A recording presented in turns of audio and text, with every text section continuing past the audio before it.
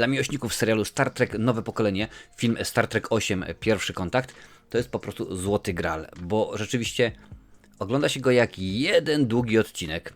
No tak akurat jakoś wyszło.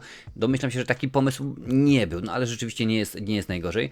Dzisiaj pomówimy o tym, czy ten film rzeczywiście się bardzo zestarzał, czy można go obejrzeć, no i rzeczywiście, czy warto, czy tylko jest dla fanów Star Treka, czy nie, spokojnie osoba, która nie zna no, mitologii całego uniwersum może oglądać, bo rzeczywiście fabuła no, nie jest jakoś wyszukana, wysublimowana, no ale to do tego już Star Trek nas zdążył przyzwyczaić. Mamy Borgów, pojawiają się oni, więc rzeczywiście to już jest dobrze, bo to jest tak, nie trzeba tego, ażeby ten film zrozumieć, nie trzeba znać serialu, ale jeżeli będziesz znać serial, to dużo więcej smaczków wyłapiesz, bo pamiętam, że no, w serialu właśnie kapitan Jean-Luc Picard był w pewien sposób, no nie w pewien sposób, był przez Borgów pojmany, był zaasymilowany, no i rzeczywiście to jest podwaliną jakby tego filmu, to jest bardzo ważne w tym wszystkim. Mamy nasz pierwszy kontakt, no bo się okazuje, że Borgowie dosyć hardkorowo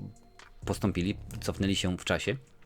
No i rzeczywiście trzeba coś wymyśleć, więc okej, fabularnie nie jest może najlepiej, ale no nie czarujmy się, akurat filmy typu Star Trek nigdy nie grzeszyły super rewelacyjną fabułą, ale do tego czego potrzebowaliśmy, to jak najbardziej wystarcza. Nie ma problemu, może być tylko i wyłącznie. Co jest mocą, to właśnie nasze postacie, nasi bohaterowie, a tutaj rzeczywiście jest ich mnóstwo, jest ich pełno, bo no, jest oczywiście, no, nie mogłoby nie być Jean-Luc Picard, oczywiście jest nasz pierwszy, w tej roli powtórnie oczywiście Jonathan Frakes, który również reżyserował ten film.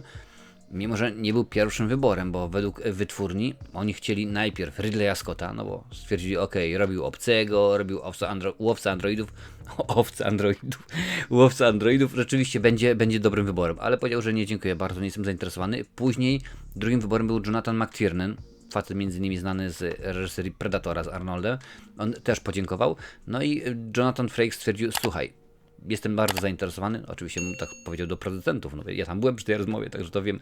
W każdym razie potrzebowali kogoś, kto, on już kilka odcinków też serialu recenzował.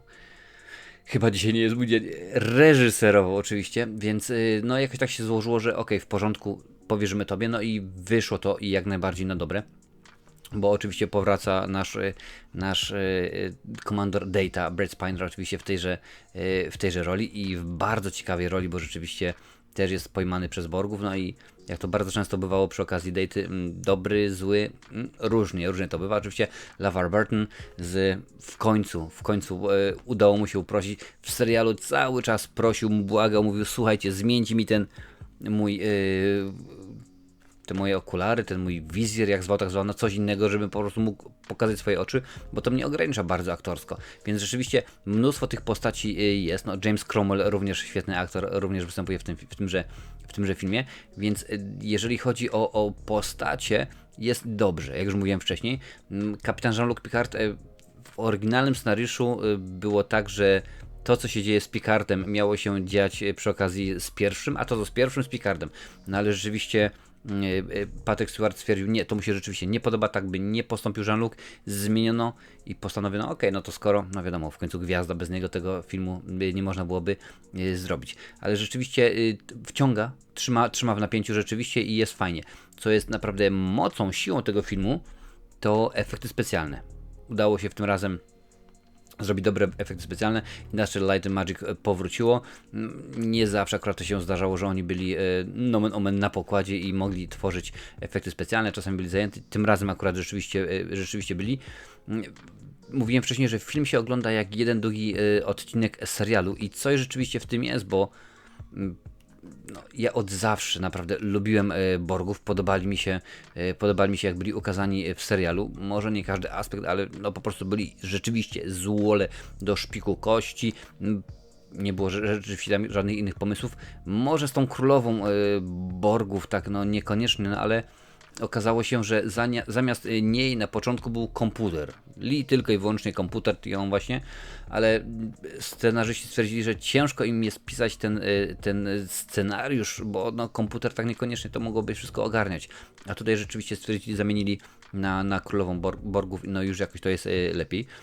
Sam reżyser, jak już mówiłem wcześniej, czyli Jonathan Frakes, powiedział, że inspirował się, żeby stworzyć ten film, inspirował się takimi tytułami, jak tutaj mam wynotowane: Szczęki, czyli jak najbardziej Steven Spielberg, dobre rzeczywiście kino, Obcy i Obcy 2, również wiadomo, że sci-fi w moc, Bliskie spotkania trzeciego stopnia, czyli znowuż Steven Spielberg, a także Łowca androidów Ridleya Scotta, który o mało co nomen omen nie zostałby reżyserem tego filmu, więc rzeczywiście no, zaczął dobrze, zaczął rzeczywiście fajnie i wiele osób, no nie tylko i wyłącznie aktorów, ale z ekipy stwierdzili, że to jest ten film, to było najfajniejsze przeżycie aktorskie, zawodowe w ich życiu, że rzeczywiście no, reżyser podołał, mimo że no i wiadomo jak to jest.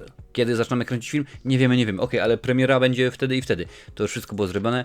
No i czas ich gonił, ale nie, reżyser spokojnie, damy radę, nie spieszymy się, zrobimy dobrze. Nawet na koniec dali mu taki przydomek Jonathan, 2 ujęcia Frakes, ponieważ w miarę szybko to wszystko ogarniał i to w miarę szybko wszystko dobrze wyglądało. Data, czy tam data, jak to woli, ale Data będę go nazywał, zmienia się, staje się powiedzmy powoli człowiekiem. Akurat coś tam jest. No, nie chcę zdradzać, bo oglądanie tego filmu to jest rzeczywiście dla fana Star Treku. Jak się pisze, jak się mówi? Napisz mi w komentarzu, jak powinno być, ale chyba Star Treka. Zaraz się przekonamy po twoim komentarzu. To jest rzeczywiście przyjemność, bo ja jako osoba, która obejrzała cały serial, w ogóle, jeżeli nie było ci dane zobaczyć tego filmu, w opisie, także w komentarzu wrzucę link do filmu, możesz sobie na Blu-rayu zobaczyć. Tak, bo rzeczywiście wersja 4K na pewno przy okazji filmów sci-fi dużo bardziej się przydaje. Jako dla fana no, Star Treku, oryginalnego serialu, nie oryginalnego z tą obsadą, no to jest rzeczywiście coś fajnego, coś pięknego i chcę ci polecić, jak najbardziej polecić ten film, bo tak jak już mówiłem wcześniej, może on nie powala fabularnie, ale daje. Ja bardzo zawsze lubię, kiedy oglądam jakiś powiedzmy drugą, trzecią, kolejną część danego filmu, danej serii i uniwersum cały czas rośnie. Rzeczywiście tutaj to ma zastosowanie jak najbardziej. Nasze postacie stają się coraz ciekawsze, no ale co tu dużo mówić. Star Trek, marka rzeczywiście uznana, zresztą widzisz tam z tyłu kilka płyt i nawet Blu-rayasów jest. Nic tylko czekać, a tu w tym momencie cały czas dostajemy kolejne seriale, kolejne serie, bo to wiadomo, że był Picard i teraz jest kolejny chyba w tym momencie nawet 2 seriale są kręcone, wyświetlane, więc jak najbardziej skorzystaj.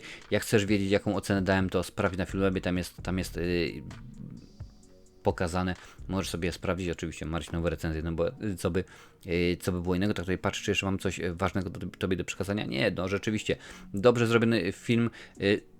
Scenografii użyto z serialu Star Trek Voyager, no bo wiadomo, że trzeba czasami ciąć koszty, a skoro można wziąć tutaj, trochę tutaj, no to rzeczywiście, skoro coś wygląda dobrze w jednym Star Treku, no to można tego użyć w drugim Star Treku i będzie rzeczywiście super fajnie, rewelacyjnie. A w kolejnych Star Trekach, no właśnie, co w kolejnych Star Trekach? Gdzieś tutaj pojawiają się recenzje, sprawdź, zobacz, to się dowiesz.